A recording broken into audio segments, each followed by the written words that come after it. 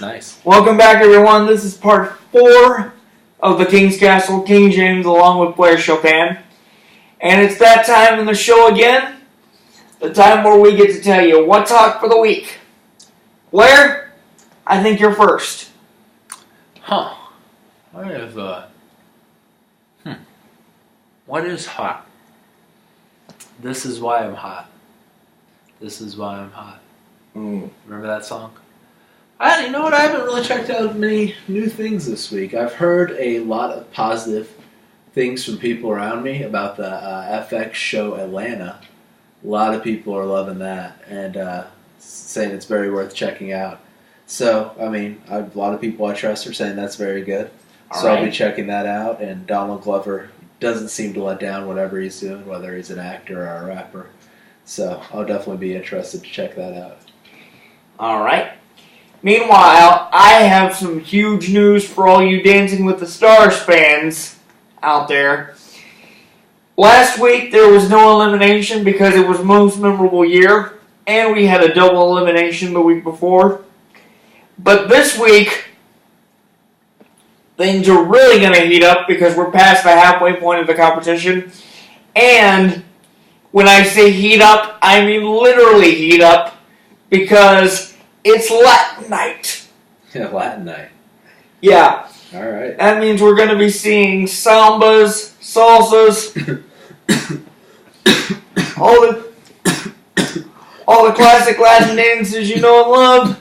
Plus, for the second consecutive year, Mr. 305 himself, Pitbull, will be performing live, and he's our guest judge for the week. So make sure you check that out. That'll be Dancing with the Stars live this Monday on ABC. Is Ryan Lochte kicked out yet? Actually, no. Come on, America.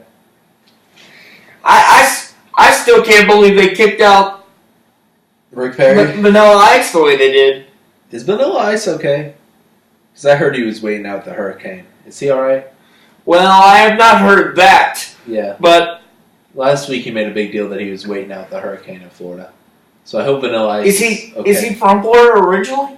I'm not sure, but I guess he lives there now, and he was saying the hurricane's got nothing on Vanilla Ice. Well, in all seriousness, since you bring that up, we do want to say to all those affected by Hurricane Matthew around the Carolina coast and around Florida and the eastern states, our thoughts and prayers are with you. And definitely the Haitians, who are going through a really tough time as well. Yeah. Well, that about wraps it up for the week. How about picks? You want to do picks? Oh, you know what? I almost forgot. Yeah. We do need to do some picks. Yeah, I got the college football games up now. And the pros. Yep, we'll get 5 of each here. Okay. Hold on. Give me 1 second. Let's find some good games. All right. Well, we'll start here. 3:30 p.m. on CBS. This is a doozy. Number 1, Alabama, travels to Knoxville to play the number 9 Tennessee Volunteers. I hate to do it again, but Rocky Top will always be the number 1 choice for me. The choice or place in the actual song? I'm picking Alabama. No, the song says Rocky Top will always be home sweet home to me. Oh, okay. Yeah, I'm picking Alabama. I don't know if Tennessee's ready to win that big of a game yet against the number 1 team. Plus, Alabama's just really, really good. Well, we'll see that. We'll see. Like we say in sports, underdogs have history of pulling upsets. Okay, this is a pretty good one. Number 12, Mississippi. Seems a little high for the ranking. At number 22, Arkansas. So it's Mississippi and Arkansas? Right. I gotta go with Mississippi on this one. Yep, I'm gonna go with Mississippi too.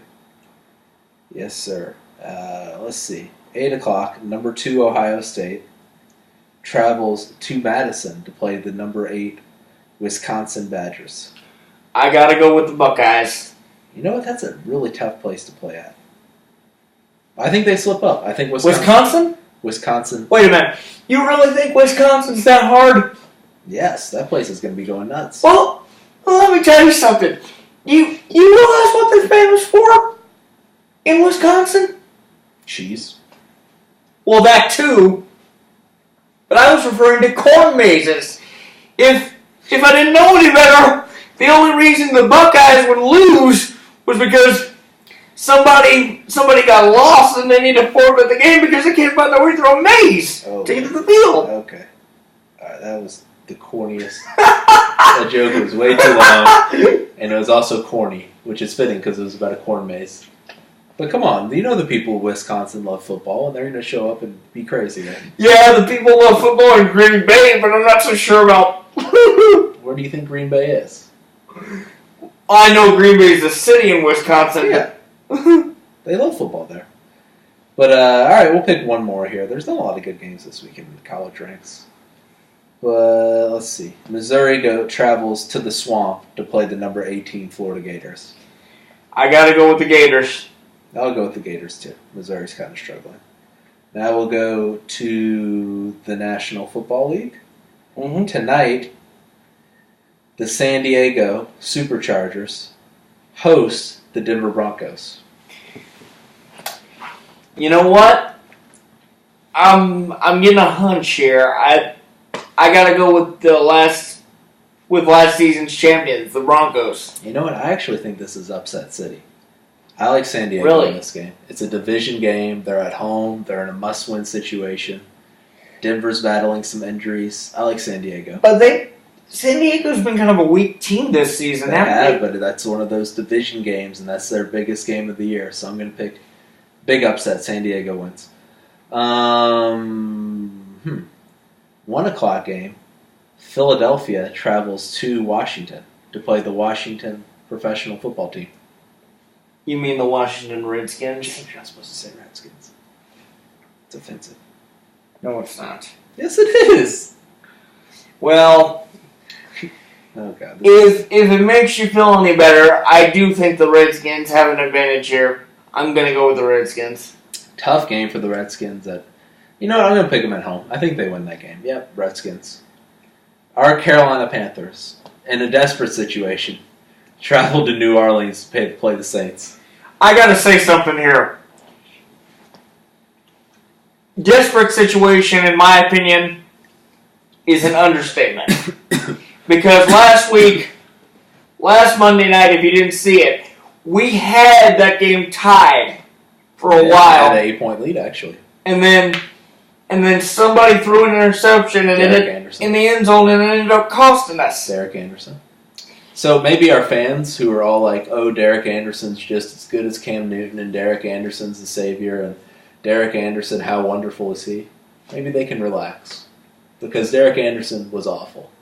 Well, we've been saying for weeks. I don't know about relaxing, but they definitely eat their words. They can shut their mouths. We have an MVP quarterback who had a concussion and had a couple off games, and they all throw him off the wagon for a guy who's turnover prone, and there's a reason he's a backup quarterback. And I just think it's ridiculous that someone wins an MVP award and you give them no leeway at all. But that's just my take on it. I gotta ask you one question though before I make the pick.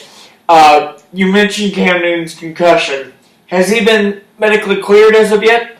I think he's getting close to that point because he has been practicing the past couple of days. So I think he will probably play. Okay. I gotta say, I'm a huge fan of the Saints too, because I have friends from New Orleans, but I gotta go with Carolina. I'm going to go with the Panthers too. I think if they don't win this week, the season is definitely over. So I hope they pull it out. Well, it's still pretty early, so 1-5 though. You're not coming back from 1-5, so they got to win. That's true. They went 1-15 in 2001. They went 2-14 in 2010, I think. So yeah. Let's see. Oh God, great game. Cincinnati at New England. I got to go with New England. Yeah, I'm going to go with the Patriots, too. Tom Brady's back, and he's refusing to answer questions about Donald Trump. So, let's see. We got Kansas City at Oakland. I say luck will be on the side of the Chiefs. I like the Raiders. The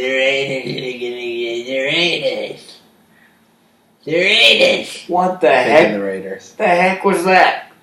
Okay, Atlanta at Seattle. I gotta go with the Seahawks. It's really... Atlanta surprised everyone. I mean, they're 4-1. They beat the Broncos on the road, which is a great win. Right. But it takes a lot to win in Seattle. It really does. I mean, last year we knew the Panthers were legit when they went in Seattle and won because it's just so hard. But I think Seattle wins as well. A matchup of two of the more popular franchises in the NFL. Dallas travels to Green Bay. I gotta go with the Packers. I'm going to go with the Packers, too. Just because it's in Green Bay. And not because they're cheeseheads. We know how passionate those Wisconsiners are about football. But anyways, I think that's it. Yeah, that's it for the picks. Yep. And that about wraps it up for tonight. So we want to thank you out there for watching. Thank you, guys. Remember to subscribe. Blair, as always, thank you. Thank you. You can barely see my face, but I'm very appreciative, guys. Good night, everyone. The King loves you. It's time for some post-show thoughts here. Thought it was a really good show tonight. Thought James's corn maze joke took about 2 minutes too long.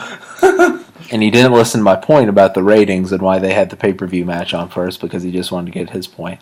I really thought we should have started the show off talking about Goldberg because that's all everyone wants to talk about. But I thought it was overall a good show. I miss Pete. Pete added some insight last week, so hopefully we can get him back next week. He's working at the Grease Fry there at the Bojangles. And yeah, that's about it. That's my post-show thoughts. Whatever you're going through in life, keep pounding. Remember to vote on November 8th. And just have a good week.